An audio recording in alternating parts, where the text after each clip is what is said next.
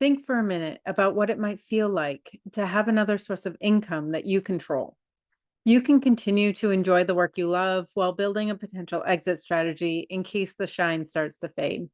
Or maybe that spark you used to feel for your work has already begun to dim and you want a plan that helps you make a career shift as quickly as possible. Envision what you might do if you were making $1,000 per month that isn't tied to client hours. What if you were making $2,000, $4,000, or even more? What amount would make a real difference for you? Now, think about the last CEU course you took. Picture the visuals, the presenter. What topic was it about? What important information or research did they share? Did you gain a lot of insights, change something about the way you practice? What impact did that course have on you? Having a clear vision of what you want to achieve and why is critically important to staying motivated to do the work of creating CEU courses, especially at the beginning. You're here because you're ready to make a change in your career and a difference in the field. We have started recommending that BCBAs who want to start their own business begin by creating CEU courses and expand from there because this is the fastest and easiest path to success. Take a few moments to really think about what you want to create. Write it down. You can use a piece of paper, a notebook or journal, or download the workbook in the resources tab. Just make sure that you are clear on this part. Go ahead. I'll wait.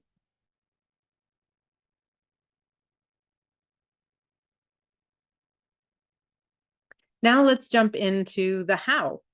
I broke up this course into a simple framework, kind of like a task analysis, to help you work through the process one step at a time. Following this framework will take you step by step through everything you need to know to get started quickly. There are a lot more things that you can learn about many of the different steps of this framework than I can cover here, but there's time to dig into those once you've created your first CEU courses. This course is about taking quick, decisive action so you can get started earning an income and making a difference in the field right away. Here are the steps of the framework. Become an ACE provider. Choose a topic, research your topic, create your presentation, create additional resources, record your presentation, work with us to get your course live, help people find the course through a marketing campaign.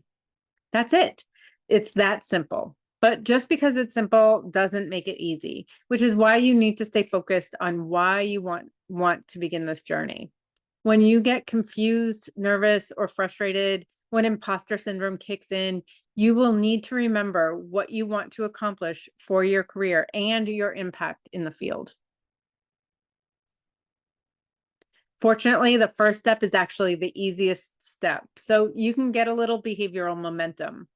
First, you will need to complete your application through the BACB. The BACB requires that you are a BCBA in good standing and that you have been certified for at least 3 years to become an ACE provider. Read the ACE provider handbook before submitting the application because you will be asked in the application to attest that you have read it. I will link to both the handbook and the application in the resources tab to make this even easier for you, but you can find both on the BACB website by entering ACE provider into the search feature. You will be asked to choose to be either an individual provider or organizational provider. An individual provider delivers all the content themselves, and this is a good place to start. If you plan to work collaboratively with other BCBAs who will deliver content in your courses that you offer, choose the organizational provider option. The cost for the individual provider application is currently $100, and the cost for the organizational provider application is $200. The cost for renewal for each is half the cost of the initial application. The BACB says to allow for 2 weeks for them to process the application. If you're approved, you will receive an email with your ACE provider number. If you are not approved, they will tell you what the steps are that you need to take next. And that's it for step number 1. You can complete this step in less than an hour, including the time it takes you to read that handbook. I encourage you to pause the video and just complete this step right now. That way you will have your ACE provider number when your first course is ready to go live. The next step is to choose a topic. We have sold courses on a variety of different topics, and all of them have sold and been helpful to our students. But some courses do slightly or even significantly better than others. We are still collecting the data to help us create a formula that leads to the most sales and the greatest impact.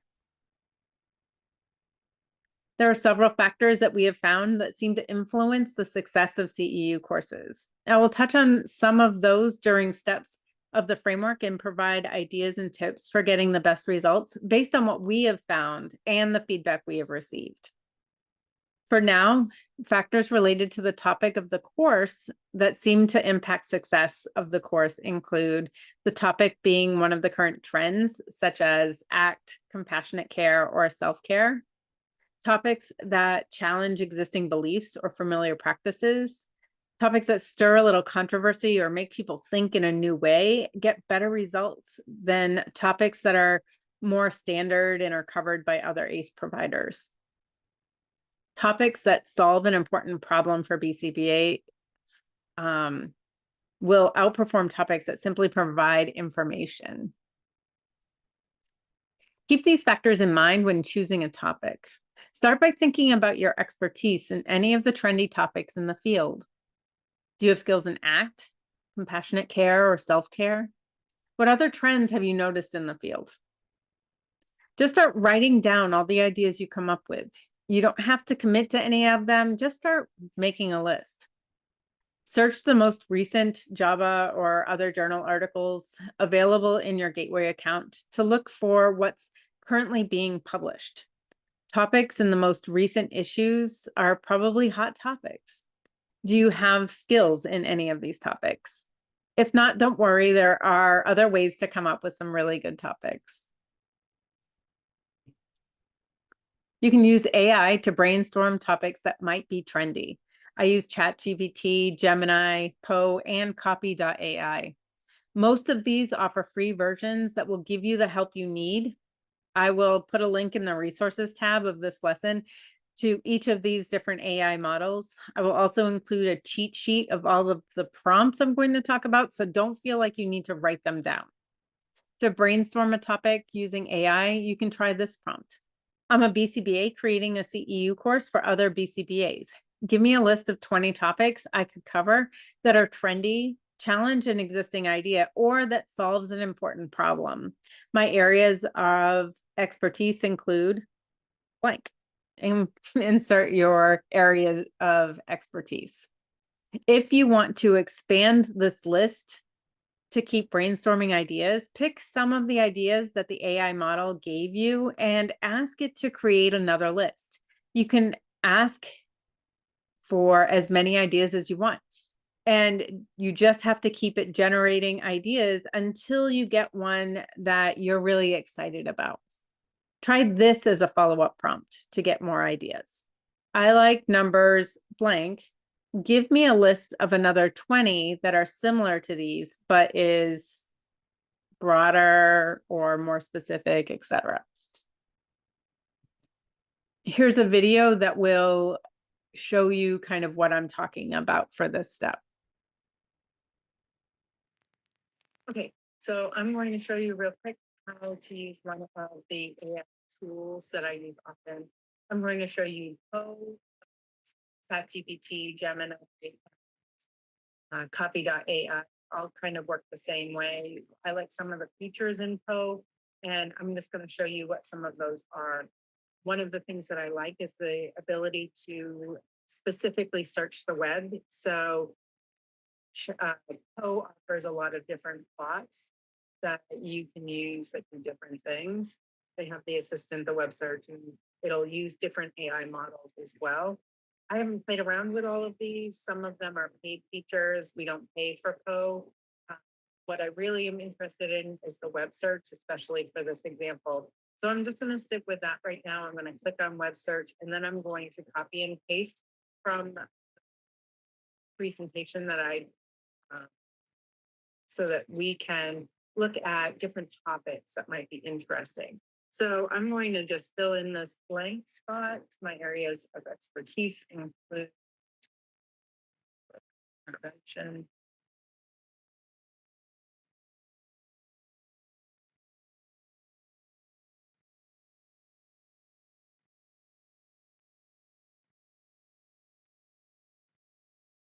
I'm just going to put in a few of the things that I feel really comfortable and confident in. I have a lot of different experiences, so maybe I put in here that I work with adults, with teens, but you want to just kind of give it a little bit of context into what your skills are, what your abilities are, and just so it's going to search the internet for different ideas. And these are some of the ideas that it's coming up with.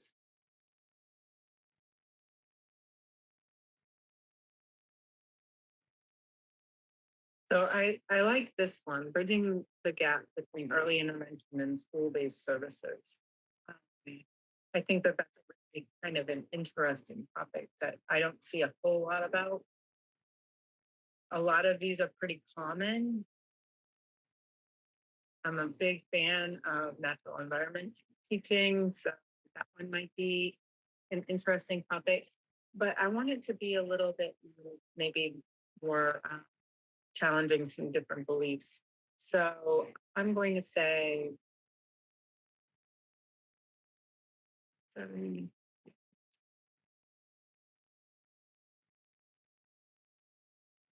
see if some of these other ones are good. So I like the idea of implementing functional communication training for children who don't speak. That's another one that might be interesting. Uh, so I'm going to put 16 in here as well.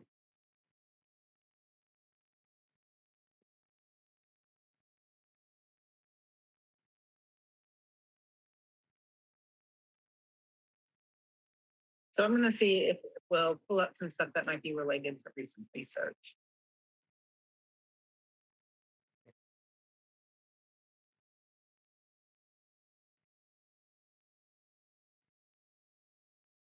And so you can see that it really kind of gives you some interesting ideas,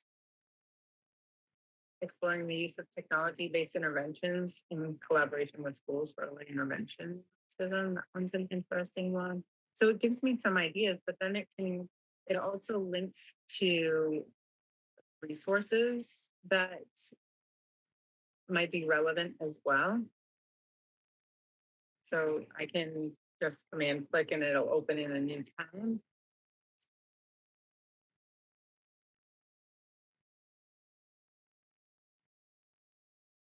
So this is in the Journal of Autism and Developmental Disorders. This might be a really interesting article for me to look into a little bit more closely. If I wanted to copy and paste, I can click the hamburger menu up here, and I can copy, or I can share it, or I can even delete this message.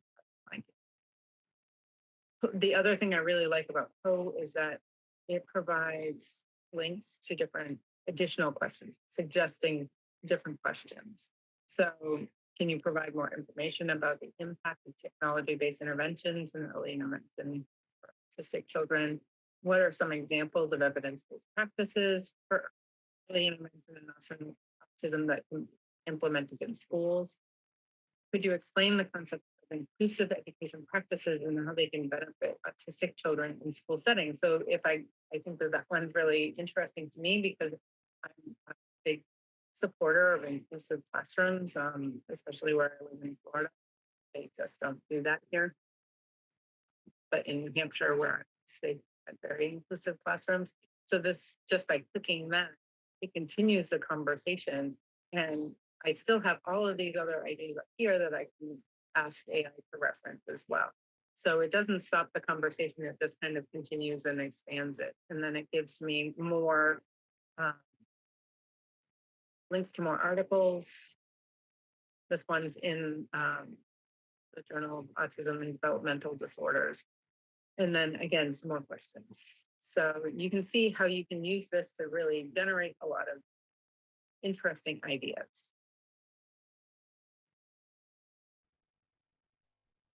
People like training that provides a solution to their problem and actionable steps to take after training. Think about the most memorable course you've ever taken. Did it change the way you practice? Probably. When choosing a topic, decide what problem your course will solve besides providing CEUs. The feedback we get from our customers is that they appreciate the practical nature of our CEU courses.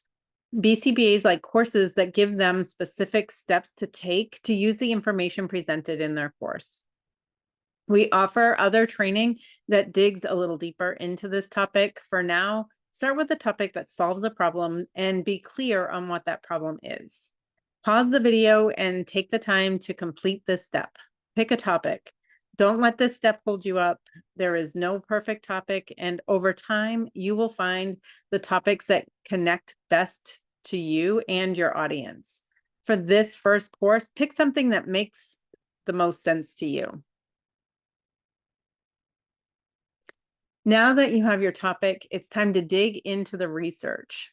Use the same AI tools you had that we used earlier to brainstorm ideas for courses related to your topic. First, come up with a catchy title for the course. This is one of those factors that seems to make a difference when selling the course. Titles that evoke strong feelings or promise useful information do better than courses with more ambiguous titles. Consider what the title asks the BCBA to think about themselves. Are they having to admit to a serious weakness if they buy this course? That might discourage some people from buying the course. Try some of these prompts in AI, filling in the blanks with the appropriate information. Give me a list of 20 ideas for courses, for course titles for CEU courses for BCBAs about blank. The title should evoke strong feelings or promise to help BCBAs transform their practice. I want BCBAs to be motivated to take the course when they read this title. Brainstorm more titles for the course using a follow-up prompt, like, I like number blank off this list. Give me a list of 10 more possible titles for this course that are similar to this one. When you find words or phrases you like, ask AI to give you titles that use those words or phrases. Keep going until you come up with a title that you like. Don't get too caught up in all this. It will take some practice for you to find the titles that work best for your courses. You can use AI to brainstorm ideas for content for the course related to your topic using the title you just created. Try some of these prompts, again, filling in the blanks with the appropriate information. How about give me an outline for a CEU course for BCBAs with the title blank? If you have ideas of points or research you want to include, you can let AI know by using a prompt like, the course will include the following ideas or research articles. Most AI tools are now able to actively search the internet. This means that they can summarize research and help you make connections between different articles. That being said, I have had it list research articles that I couldn't find anywhere on my own to confirm the information it gave me was accurate. So be careful and always double check the sources it provides. Poe has some fun features for brainstorming and research. It offers suggested follow-up questions and allows you to compare results between multiple different AI models. It also provides references and links to the sources it uses to give you the information. Check these sources. I have found that sometimes not even related, that they're sometimes not even related to the topic I'm researching. So you really need to be careful to exclude the information that's not accurate.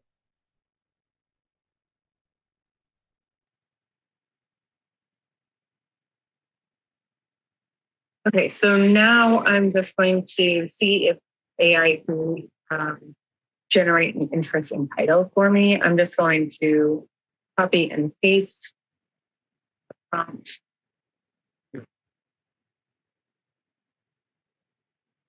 from the presentation, and I'm going to choose one of the topics up here.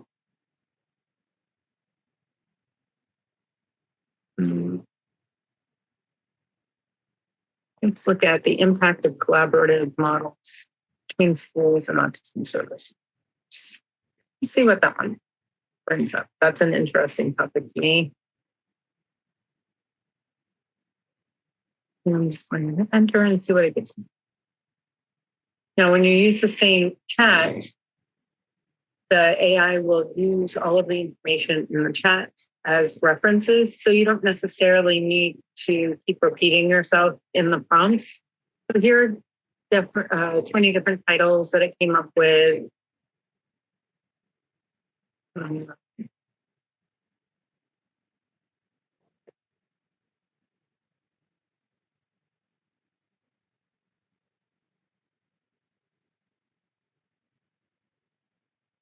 I kind of like this one, maximizing potential. From isolation to integration, the power of collaborative models, early intervention. I really like that title. So I might just run with that one, or I might ask AI to come up with other ones.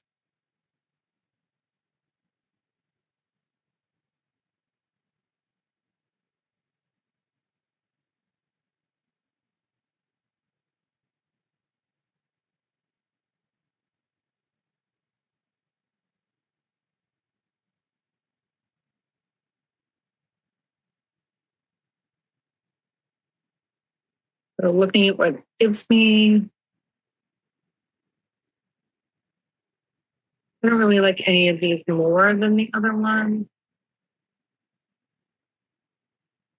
But let me see if it can give us an outline. So I'm just going to copy and paste that prompt for the outline. I'm going to go back.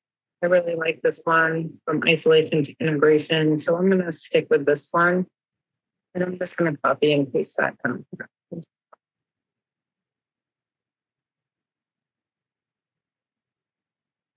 And let's see what it gives me.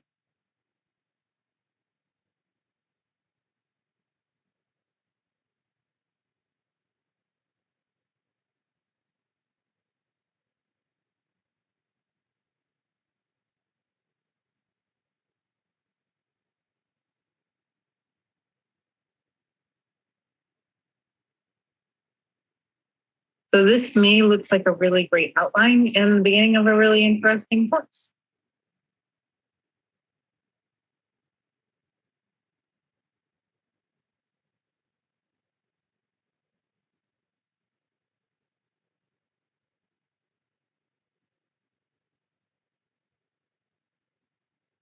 So from here, you might start to do a little bit of your research. You could click on some of the links that they provide you. You can ask more questions.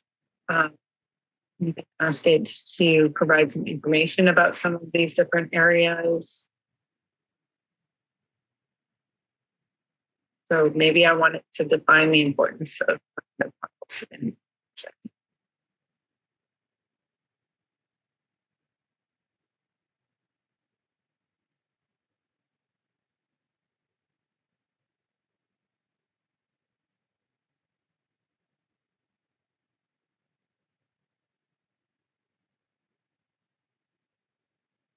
So the bot will give you some useful information and some stuff that you're going to have to sort out and get rid of as well. But it's really good at generating some ideas. So you might find you get some inspiration on other questions you might ask, or some research that you might then go to in Google Scholar, in some of the, like Eric, the searchable database. So I hope this has helped.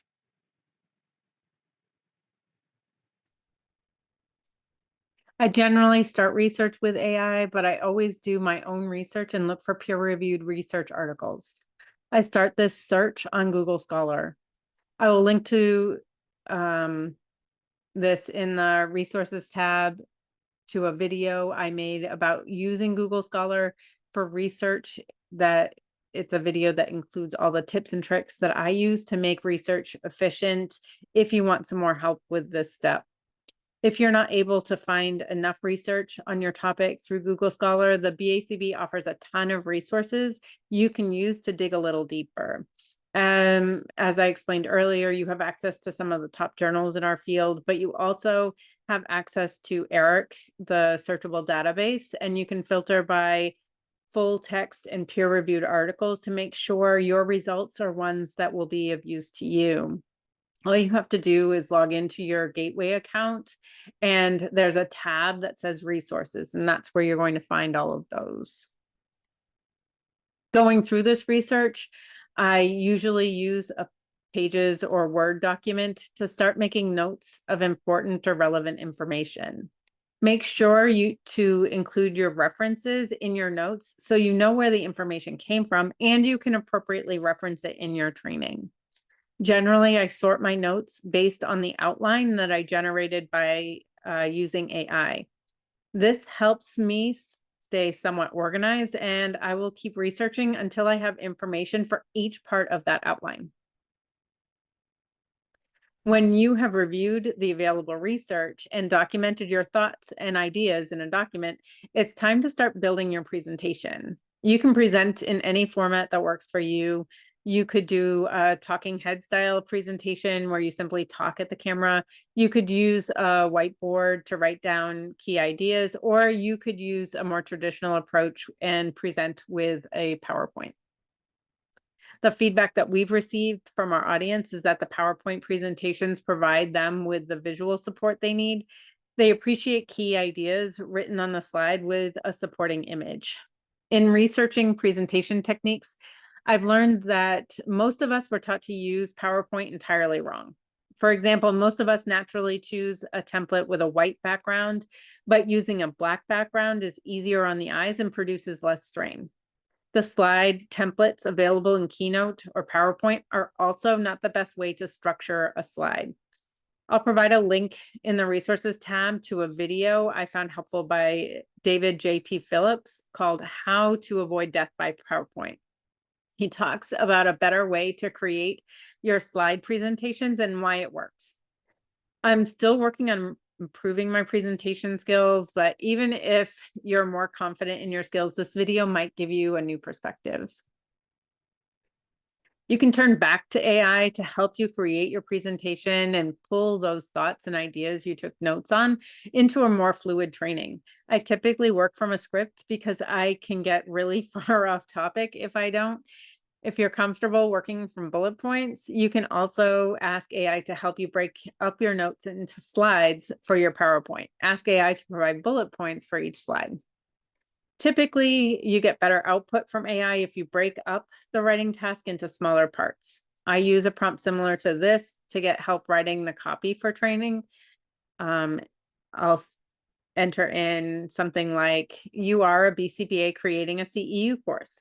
Based on the outline you created and the following research, write the script for blank section. Use a professional conversational tone, and then I copy and paste the research that I have for that section. If you're looking for bullet points, specify that in your prompt. You can ask AI for to be more concise or to expand on specific ideas based on what you get. Then repeat this process for each section of the outline until you work through the entire outline. I typically copy and paste the output from AI into the presenter notes for the PowerPoint, breaking it up so that there is one main point for each slide. I edit the copy from AI to make it sound more like my voice and to ensure that it reflects what I want to say. I usually average less than 1 minute per slide, sometimes significantly less. This keeps the pace of the training more active, and I hope it's more engaging for the students. This also gives me a way to gauge how long the presentation will be. If I want to create a presentation worth 1 CEU, which is a minimum of 50 minutes, then I know that I need 60 to 75 slides. If I create a course that is worth 2 CEUs, I'm going to need around 150 slides. This is definitely the most time-consuming part of my process, but it's what works for me and my students. I create a presentation notes document the students can print and take notes on. So having a large number of slides gives them plenty of room to take notes. Your presentation style might be completely different than mine, and that's totally fine. You might spend 5 or even 10 minutes on each slide, as I've seen other presenters do. If that works for you and your audience, stick with that. Once I have my presentation ready to go, I create resources that support the students in implementing what I teach in the course. As I said, this includes creating presentation notes, but it usually also includes a workbook, checklists, or templates. Many CEU course creators don't provide additional resources, and this step is completely optional. The feedback we get about the resources is that they generally help our students use the information presented in the course. What resources and how many you provide is entirely up to you and the topic that you choose. You can again use AI as a brainstorming tool. It can help you come up with a list of possible resources you could offer. Try using the following prompt. I just created a CEU course for BCBAs about blank. The steps the BCBA needs to take after completing the course to use the information are blank. Give me 20 ideas of resources I could provide to help the BCBA implement the strategies in the course. If you're using the same chat throughout this entire process, you probably don't need to use the first part of that prompt. AI will use the information that you entered earlier in the chat as context. I create most of the resources I provide in Canva. The free account provides access to easy formatting and a decent image library. We do pay for the pro version because we use Canva for so many different things that it's worth it for us. It might not be worth it for you, especially at first. Keep in mind that Canva licensing terms of use may have restrictions on what you can do with the content that you create. Generally, Canva allows you to use their images and templates to create your own designs that you can then sell. So you should be fine with using anything you create on your own in Canva, but take the time to read through their policies so you stay in compliance. One important piece to note that it's likely to be relevant to what you create is that for any images depicting children, when that image is used in a way that it depicts the child as having special needs, you must use a disclaimer that the child is a model and does not have special needs. For example, the disclaimer that we use is, quote, model only, child not autistic. We use this disclaimer because whenever we use an image of a child, given the topics that we cover, it's possible that people might make the assumption that the child is autistic. Canva is really easy to learn, and there is a ton you can do with it. You can even create and present an entire presentation right within Canva. This isn't something I've tried, but it is a feature that's available. Once you've created your presentation, it's time to actually record your course. You have several options for presenting your course. You could present it as only a live event, or you could offer it only as a recording. Alternatively, you could present it live and then offer a recorded replay. There are advantages and disadvantages to each of these options, and you can choose to do whatever works best for you. If you present it live, you will need access to a webinar platform that allows you to host a large number of people. We pay for Zoom, but I don't present my CEU courses live. I use Zoom for our office hours for our members and to record the courses I create without presenting them live. One of the benefits I get from building Master ABA is that most of my income doesn't require me to trade time for money. I record my courses around the other things I want to do. I'm in control of my schedule. If I present a live course, I'm committed to a specific time for presenting. I have also found that it's a challenge to find a time that is convenient for busy BCBAs. That being said, there are advantages to live presentations. You can engage your audience in a way that you can't during a recording. You can create opportunities for your students to practice the skill you're teaching and give them immediate feedback. Many platforms allow you to create breakout rooms where students can work in small groups.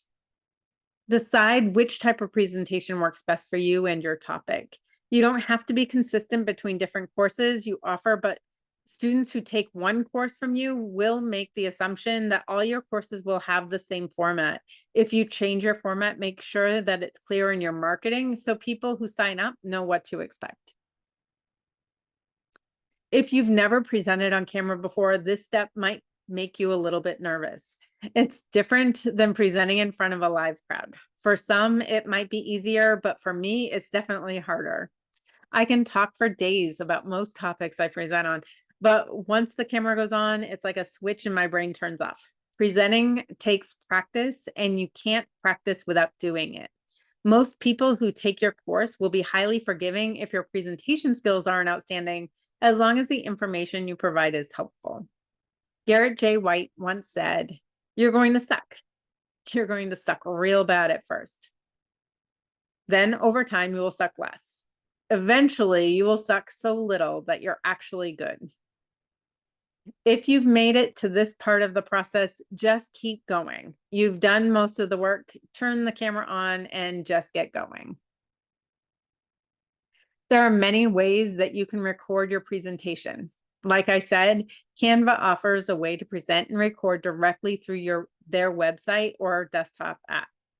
I use Zoom to record my videos. I live near the airport and have a dog, so there's a lot of background noise. Zoom does an amazing job at filtering out all of the background noise. My dog can literally be barking right next to me and Zoom blocks it out. I'd love to hear how you're recording your videos. Let me know in the comments below. Once your course is recorded, you need to launch it on a platform where you can exchange access for payment. If you're taking this course, you probably are planning to sell your course on Master ABA Academy. We will help you complete this step of the framework. All you need to do is submit the form with the resources for your course and the link to your video. You don't need to worry about the tech. We have that covered. We might reach out to you to ask questions, but we want this to be an easy, stress-free process for you. If you're a new seller with us, we ask that you include a brief bio along with a headshot for your course, for the course catalog page. We want our students to get to know our presenters before they buy a course. We might also include this bio in any marketing we do for your course, which leads us to the last step in our framework. The last step in this framework is to help people find your course. Marketing is something that we have studied and practiced a lot. We still have a lot to learn, but this is another area where we can help you. By far, the best marketing strategy we have found so far are paid ads that use the BACB mass email service. For $300, we get an initial and ad campaign with a follow-up email that generates more sales than all of our free marketing strategies combined. The BACB limits the number of emails you can send by requiring a minimum of 7 days between the initial and follow-up campaigns. Then they require a minimum of 10 days between the end of one campaign and the beginning of another. In the resources tab of this lesson, you will find examples of emails we have sent that have been successful. So you already have a head start on creating your first email. We don't have a specific formula for the email subject lines, but we have found that we get the best results when the subject line begins with CEUs, then includes the topic of the course. The BACB limits the subject lines to just 41 characters. So it's a challenge to create a subject line that entices BCBAs to open the email. I use AI for suggestions with the following prompt. Give me 10 ideas for a compelling subject line for an email marketing campaign for this course. It should start with the word CEUs, then it should reflect the subject of the course and must be under 41 characters. Because I use this same chat I used for the other parts of the course, I don't need to provide the topic of the course. But if you haven't used AI through the rest of the process, you will need to include more details in your prompt. The limitations set by the BACB for their mass email service mean you want to have multiple ways that people hear about your course, especially if you build a library of courses that will continue to generate an income for you over time. The best way we have found to promote our content outside of the paid BACB ads is to build our audience. If you're just starting out, you probably don't have a very big audience yet. I'm not going to dive deep into creating an audience in this course. That's something you can learn more about in some of our other trainings that we offer. You can find those trainings on the Balanced BCBA page of our Academy site. I will link to the page in the resources tab. When you publish courses in the Master ABA Academy, we will promote your courses to our audience. We will also include your course in our email campaigns when the subject aligns with the topics of the emails that we regularly send to our audience. Hopefully you have paused this video along the way to take those first steps. Keep the momentum going and make that first course a reality. I promise that they get easier to create with practice. If you have questions or tips you have found helpful, share them in the discussion below. I'd love to hear what you're working on.